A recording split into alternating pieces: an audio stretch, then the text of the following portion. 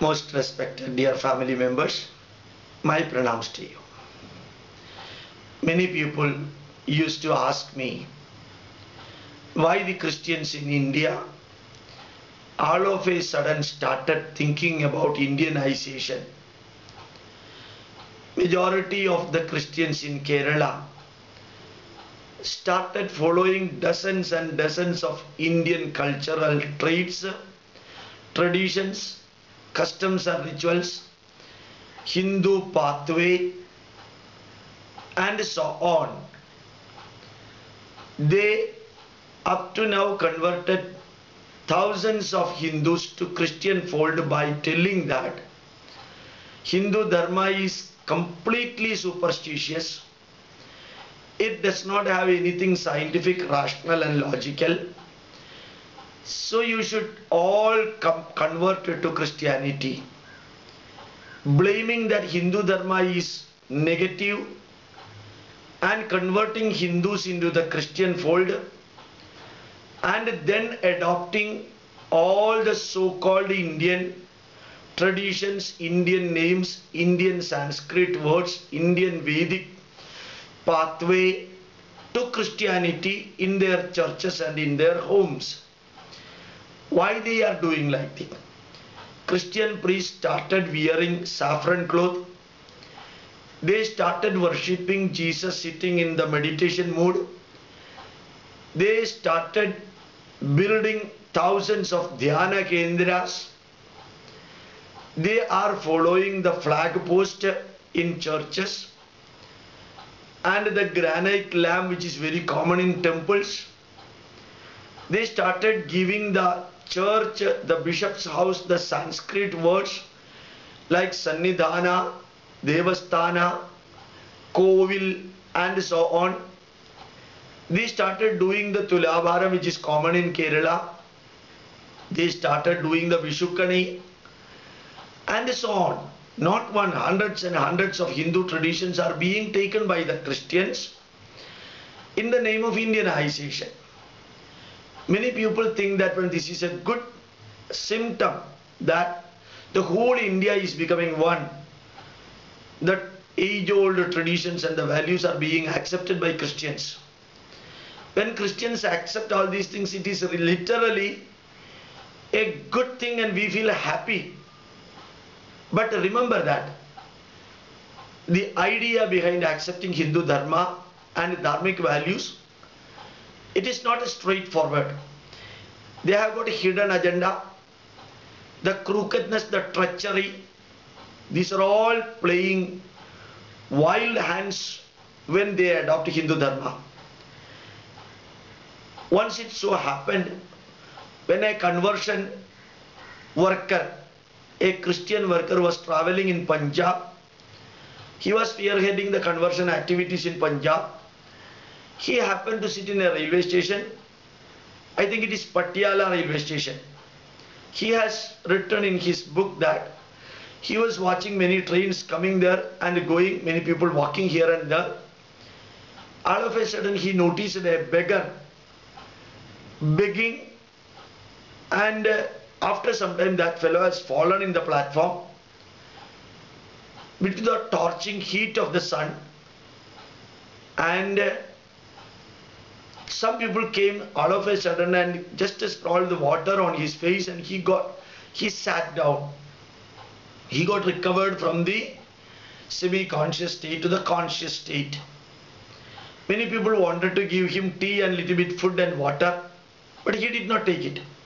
He did not eat it, he did not drink from anyone's hand. After 10-15 minutes, another fellow came and he gave tea and water to this beggar, and immediately this fellow took it with all eagerness. And this conversion worker from Kerala, sitting in the on the bench of Patiala railway station, he inquired why this beggar did not take the food and the tea earlier, and now why he is taking it.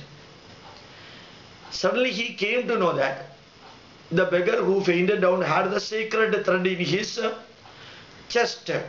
Yajñopavidam was there.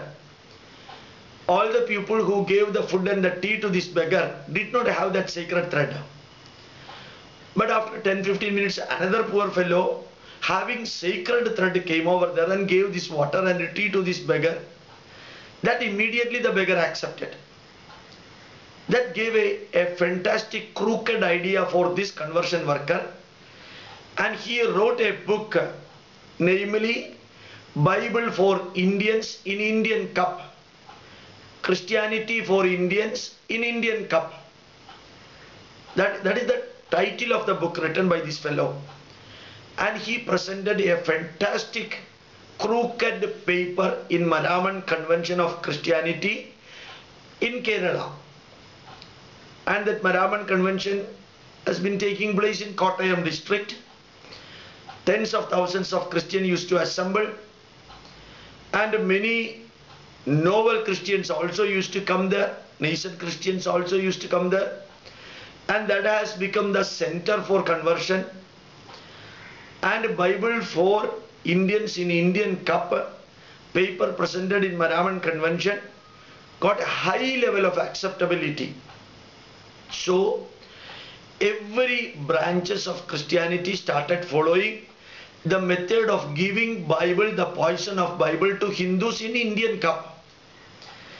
Thus they started following the Hindu tradition, Hindu pathway, Hindu concept, Hindu ritual, the so-called distorting the Vedas, Upanishads, and writing Arya Vedanta Christu, and using Vedic and Upanishadic mantras, and adjacent to that putting the biblical words, confusing the people that there was full narration of Bible in Vedas, full narration and explanation of Jesus Christ is given in Vedas and Upanishad.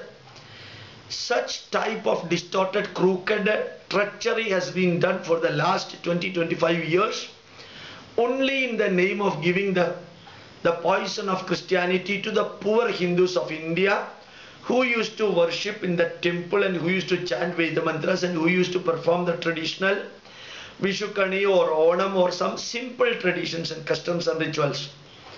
But this is the easiest crooked pathway for the Christians to approach the poor Hindus and convert them. First giving them the picture of Jesus or Mary, then slowly telling the Hindus, remove other pictures of Hindu gods, they are Satans.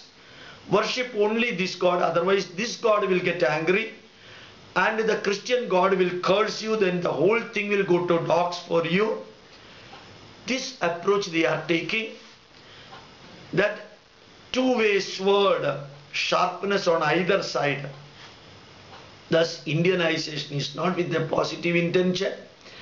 It is with 100% crookedness and cheating of Hindus for converting them to Christianity. The first millennia they could convert the Europe. Second millennia the Christians could convert Africa and America. Third millennia they want to convert India and China. And about 40 lakhs Christian conversion workers are working from Kerala all over India. Tens of thousands of Dhyana Kendras are working. And all Indian methods are adopted in Dhyana Kendra for converting the poor Hindus into Christianity. Every branch of Christianity adopt this conversion technique, and many people say we do not follow that. The real oath is the Pentecost Christian. Once they come to your home, then they will convert somebody in your home. Such a wretched method is utilized by the Pentecost Christian for converting the Hindus. So my request to you Hindus, be aware about it. The tiger and the lion or the pantheon, they are all poor simple creatures, animals. But conversion workers in India, who is coming particularly from Kerala, such a dangerous, venomous people, the moment they come to you, their ultimate aim is increasing the number of Christianity through conversion. Don't get a victim out of that. Don't get yourself trapped into that. You may be having your own problem, financial problem, physical problem, psychological problem, family problem, and a professional problem. Christians will be approaching you saying that Jesus has come for taking your sin and saving you. Remember that there is not even a single person in America, in England, in Europe following Christianity. They rejected Christianity.